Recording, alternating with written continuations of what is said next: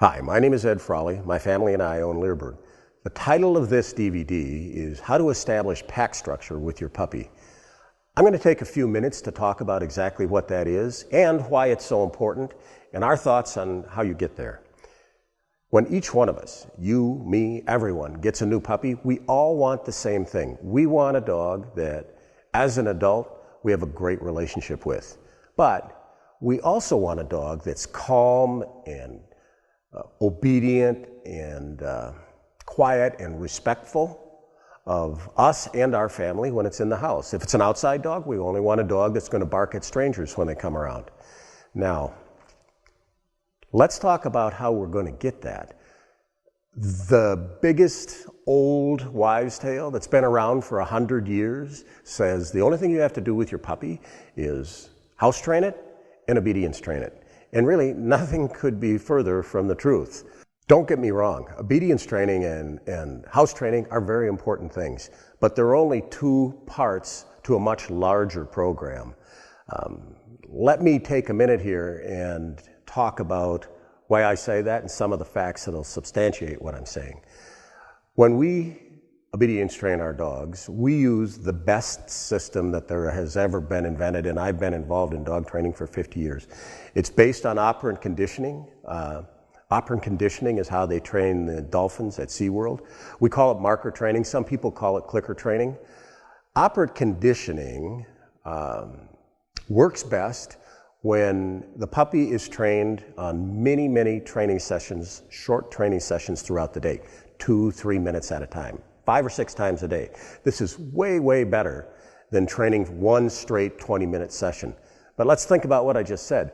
5 training sessions that are 3 minutes long in a day, that's 15 minutes. What do you do with your puppy for the other 23 hours and 45 minutes of a day?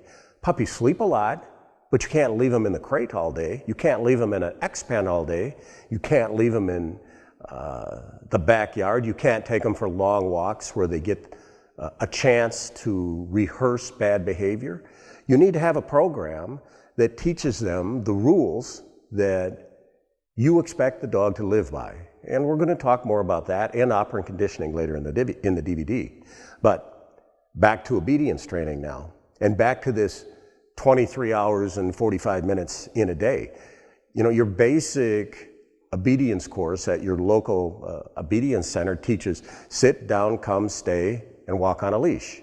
That really doesn't help you establish a calm, obedient, submissive dog in your house.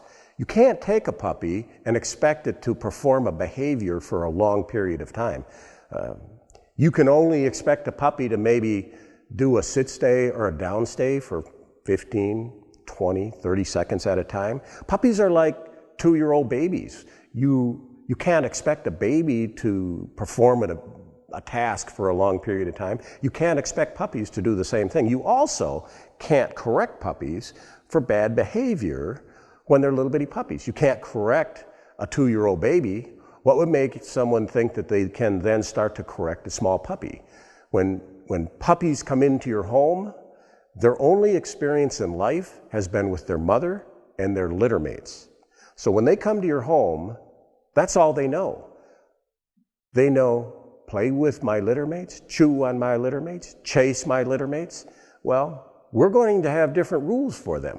We have to teach them that those behaviors are not something that we want them to do. And we're not going to teach them with corrections. We're going to show them a different way. And we're going to spend some time in this video talking about how to do that, and just as importantly, how to determine which part of the program to use on your puppy, depending upon what kind of temperament your puppy has. This is not a cookie cutter program.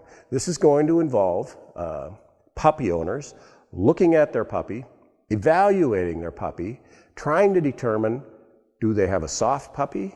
In other words, do they have a puppy that's timid? Do they have a puppy that is shy? Do they have a puppy that's a little wild, that's a little outgoing, that's independent, a puppy that's challenging to train?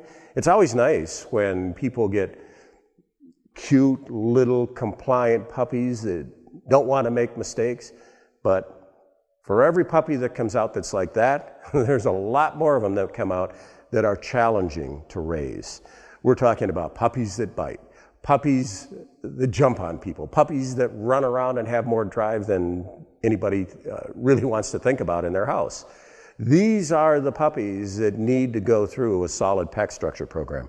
These are the puppies that need to learn the rules, the new rules that they're going to have to live with in our home, in their new family pack, because really when it comes down to it, the only thing they have is what I already said. They have their experience with their mother, they have their experience with their litter mates, and they have the genetics that drive them to do what they want to do. And that changes also from breed to breed and temperament to temperament. So we're going to talk about those things. This is also going to depend on the breeder that you get your puppy from. Breeders can make a big difference in a puppy's life. Did they start to house train them? Did they crate train them, or at least start? Did they make an attempt to condition the puppies to anything? Did they take them for drives in the car? What time did they feed them? What did they feed them? These are all things that you should ask your breeder before you pick it up so you can fit it into your training system. One of the things that we're known for here is when people send us questions, we answer them. We don't get questions and just ignore them. We get a lot of questions though, and a few years ago we decided to create a database where we get so many questions that are on the same subject. We started to put the Q&As into a database where people can go and type in, they can type in keywords, and they'll get all kinds of questions and answers that we've dealt with over the years. We get some good questions on pack structure. So throughout this DVD, we have selected some Q&As that we're going to talk about that apply right to the concepts that we're explaining in that part of the DVD. And we think it'll be easier for viewers to think or to listen to a Q&A and think, boy, that's exactly what I was thinking, or boy, my dog does the same thing. So you'll just be able to see that you're not floating in this ship alone. A lot of people have this, and we're going to put it throughout the whole DVD, and we think it makes the DVD a more interesting DVD.